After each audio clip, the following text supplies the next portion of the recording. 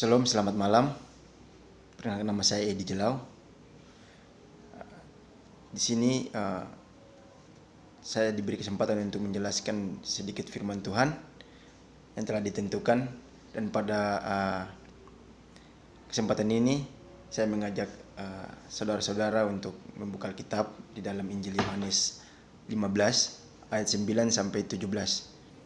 Tetapi sebelumnya, mari kita berdoa. Allah Bapa di dalam kerajaan surga, kami mengucap syukur untuk kesempatan pada hari ini Tuhan Engkau telah berikan, di mana kami akan mendengarkan sedikit firman-Mu. Tuhan, bantu kami agar kami bisa paham dengan baik. Ini doa dan ucapan syukur, haleluya, amin.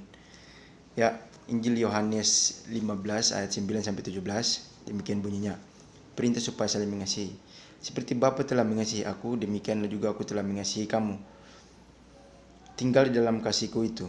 Jikalau kamu menuruti perintahku, kamu akan tinggal di dalam kasih-Ku, seperti aku menuruti perintah Bapa-Ku dan tinggal di dalam kasih-Nya. Semuanya itu kukatakan kepadamu supaya sukacitaku ada di dalam kamu dan sukacitamu menjadi penuh. Inilah perintahku, yaitu supaya kamu saling mengasihi seperti aku telah mengasihi kamu. Tidak ada kasih yang lebih besar daripada kasih seorang memberikan nyawanya untuk sahabat-sahabatnya. Kamu adalah sahabatku jika kamu berbuat apa yang kuperintahkan kepadamu. Aku tidak menyebut kamu lagi hamba, sebab hamba tidak tahu apa yang diperbuat oleh tuannya. Tetapi aku menyebut kamu sahabat, karena aku telah memberitahukan kepada kamu segala sesuatu yang telah kudengar dari Bapakku. Bukan kamu yang memilih aku, tetapi akulah yang memilih kamu. Dan aku telah menetapkan kamu supaya kamu pergi dan menghasilkan buah, dan buahmu itu tetap. Supaya apa yang kamu minta kepada Bapa dalam namaku diberikannya kepadamu. Inilah perintahku kepadamu, kasihilah seorang akan yang lain. Ya, pada hari ini kita akan belajar dari satu tema, yaitu kasih yang tak terbatas. Apa itu kasih? Kasih berbicara tentang sesuatu yang diberikan kepada orang lain tanpa melihat apa yang akan dibalasnya. Setiap orang Kristen seharusnya mengasihi setiap orang. Mengapa demikian? Mengapa kita harus mengasihi setiap orang? Ada 3 alasan dasar mengapa kita harus mengasihi satu sama yang lain. Yang pertama, Yesus telah mengasihi kita. Di dalam ayatnya yang ke-9 jelas bahwa Yesus telah mengasihi kita. Sebelum kita mengasihi orang lain, sebelum kita mengasihi dia terlebih dahulu mengasihi kita. Mengasihi kita, buktinya bahwa Yesus telah mati bagi kita. Itu salah satu kasih yang tidak pernah kita balas dengan hal apapun. Untuk itu, marilah kita saling mengasihi satu sama yang lain. Yesus bukan hanya raja, tetapi ia adalah sahabat kita. Sahabat yang telah mempertaruhkan nyawanya bagi kita. Agar kita hidup kekal, agar kita hidup sesuai dengan kehendaknya. Agar kita diselamatkan dari belenggu dosa.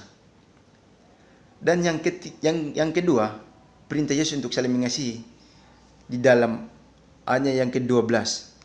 Kita lihat di dalam ayatnya yang ke-12, inilah yang perintahku, yaitu supaya kamu saling mengasihi seperti aku yang mengasihi kamu. Ini adalah perintah yang telah ditetapkan.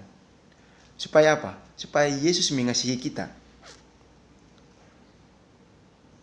Karena Yesus telah mengasihi kita terlebih dahulu, maka ini janji penyertaan, janji yang akan kita lakukan kepada sesama kita. Kita akan mengasihi satu sama yang lain. Oleh sebab itu, teks ini berbicara tentang bagaimana kita saling mengasihi. Bukan hanya dengan perkataan, tetapi dengan tindakan, dengan hati. Kita harus saling mengasihi. Dan yang ketiga, poin yang ketiga adalah Bapa yang memilih kita.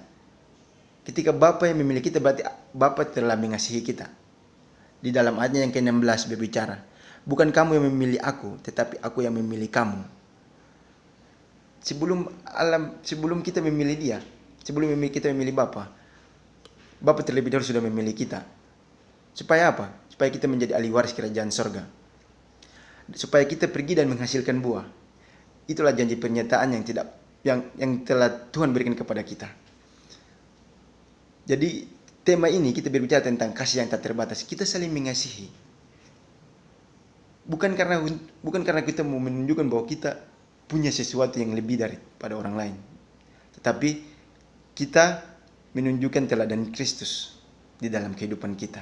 Agar orang lain melihat bahwa Kristus di dalam kita. Kita menjadi teladan, kita menjadi terang bagi orang lain lewat kasih yang tak terbatas ini. Kesimpulannya adalah, marilah kita saling mengasihi satu sama yang lain. Kasih tidak terbatas kepada orang lain. Kasih itu murah hati. Kasih itu lemah lembut. Jadi marilah kita mengasihi sesama.